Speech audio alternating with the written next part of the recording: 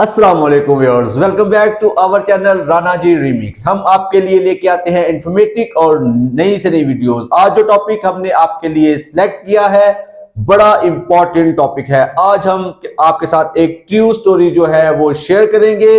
आप अगर employment visa पे यूएई जा रहे हैं तो आपने खबरदार रहना है वहां पे, क्योंकि आप पाकिस्तान से मूव करते हैं किसी नई कंट्री में और आप भरोसा करते हैं और एतबार करते हैं अपने दोस्तों के ऊपर, अपने रूममेट्स के ऊपर और हर उस बंदे के ऊपर जो आपको अपनी बातों में या अपनी जो भी वो डिस्कस कर रहा होता है आपसे, आप बहुत जल्द उनकी बातों में आ जाते हैं।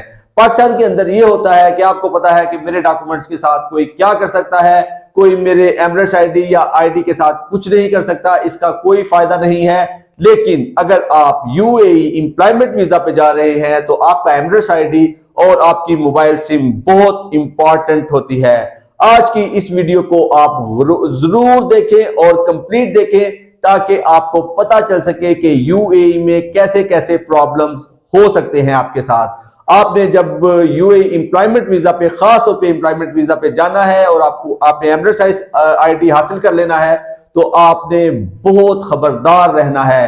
आज की इस वीडियो में हम आपके साथ एक ट्रू स्टोरी शेयर करेंगे कि कैसे एक बंदे के साथ फ्रॉड हुआ है और ये आपके साथ भी हो सकता है। जी जनाब, जब आप यहां से ट्रेवल करते हैं और यूएई चले जाते हैं, वहां आपका वीजा प्रोसेस हो जाता है, आपको एमरेट्स आईडी मिल जाता है, आप इजीली 2 से 3 मोबाइल सिम्स ले सकते हैं और उसके बाद कहानी शुरू होती है। उस बंदे की एंट्री होती है जो आपका दोस्त होता है, रूममेट होता है या कंपनी में आपके साथ काम करता है। वो आपको कहता है कि हम आपका क्रेडिट कार्ड या लोन अप्लाई कर देते हैं और उसके लिए वो किसी बैंकर को आपसे मिलवाता है, क्योंकि आपकी सैलरी बैंक में ट्रांसफर हो रही होती है। तो वहां पे ये डॉक्यूमेंट्स, अगर आपकी सैलरी रेगुलर बैंक में ट्रांसफर हो रही हो तो आप इजीली किसी भी बैंक का क्रेडिट कार्ड हासिल कर सकते हैं।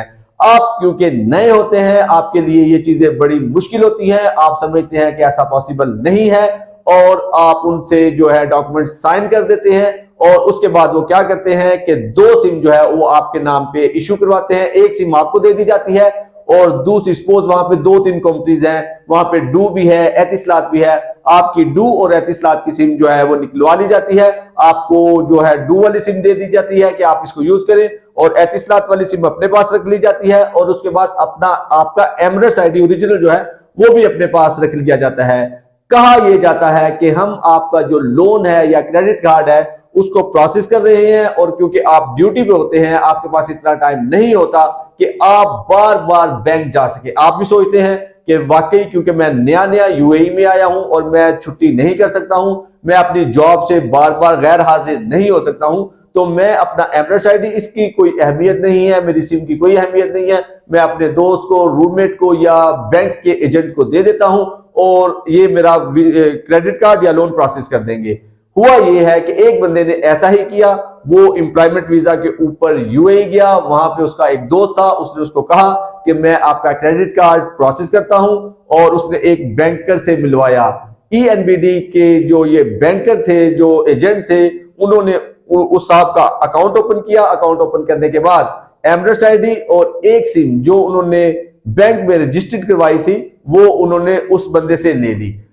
1 महीने के बाद जब उनको ईमेल आता है, सपोज उन्होंने नवंबर में अपने डॉक्यूमेंट्स दिए और दिसंबर में उनको एक ईमेल आया कि आपके नाम पे 13,000 दरम का क्रेडिट कार्ड इश्यू हो चुका है और वो यूज हो चुका है, ओवर लिमिट है, आपने 14,000 दिरहम जो है वो बैंक को अदा करना है। इस बंदे के अब होश उड़ जाते हैं। ये बंदा बार बार फोन करता है अपने उस दोस्त को।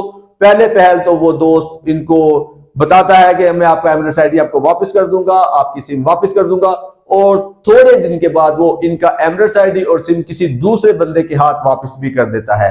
लेकिन उस वक्त तक कहानी इनके हाथ से गुजर जाती है।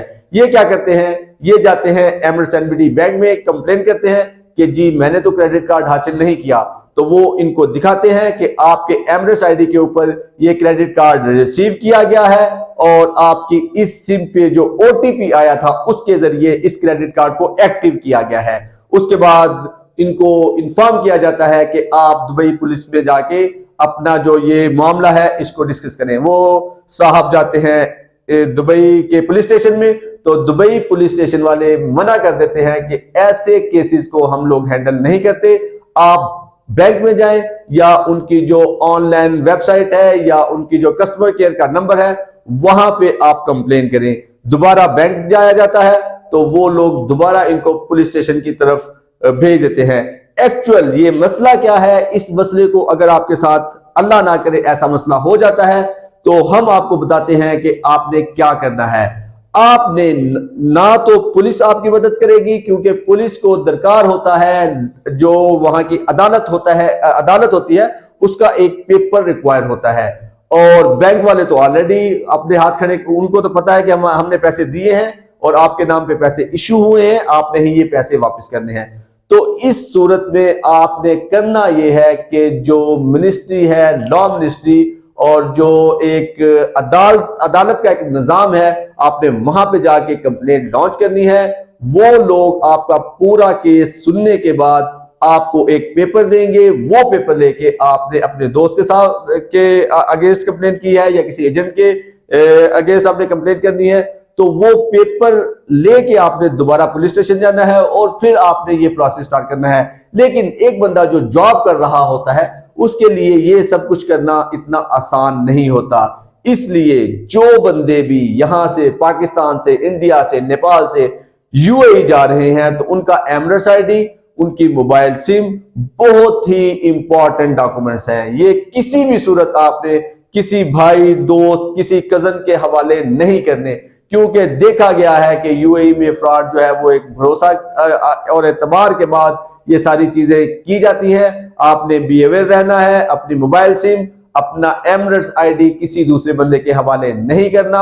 आपने कोशिश करनी है कि ये डॉक्यूमेंट्स अपनी कस्टडी में रखें और ऐसे जो फ्रॉड है जो हर जगह पे इस वक्त हो रहे हैं उनसे बचा जाए। हमारी कोशिश होती है कि हम इस चैनल में आपको छोटी छोटी इंफॉर्मेशन जो कि आप, क्योंकि फर्स्ट टाइम पाकिस्तान से यूएई जा रहे हैं या किसी भी कंट्री जा रहे हैं, तो वहां पे आप लोगों पे एतबार करते हैं, भरोसा करते हैं। कोई भी आपसे चिकनी चुपड़ी बातें करता है और आपको अपने शीशे में उतार लेता है, आप उसको डॉक्यूमेंट्स उसके हवाले कर देते हैं। आप समझते हैं कि कोई बात नहीं, जिसकी भी सैलरी 2500-3000 दिरहम से ऊपर है उसको क्रेडिट कार्ड कुछ बैंक दे रहे हैं, इसलिए आपने इन सारी चीजों की एहतियात करनी है।